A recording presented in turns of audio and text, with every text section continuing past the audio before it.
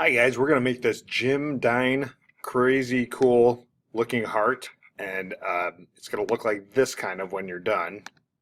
Okay, but we're just gonna make one heart, and we're gonna do it a little different. So what you're gonna do is you're gonna get a piece of paper like this with a heart on it. Then you're gonna take a ruler, put it right in the middle, put your hand on the side you don't write with, and you're going to make 4 lines. So I'll move it actually over from the middle, but you can put them anywhere you want to, and they can be kind of crooked.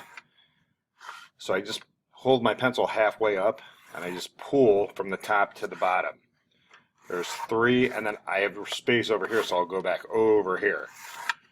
And I'll do the same thing on this side. 1, 2, 3, 4. And you can see from the example of this one, we're going to color in the backgrounds one color, and the heart's going to be, or the backgrounds are going to be 2 different colors, and the heart's going to be 2 different colors.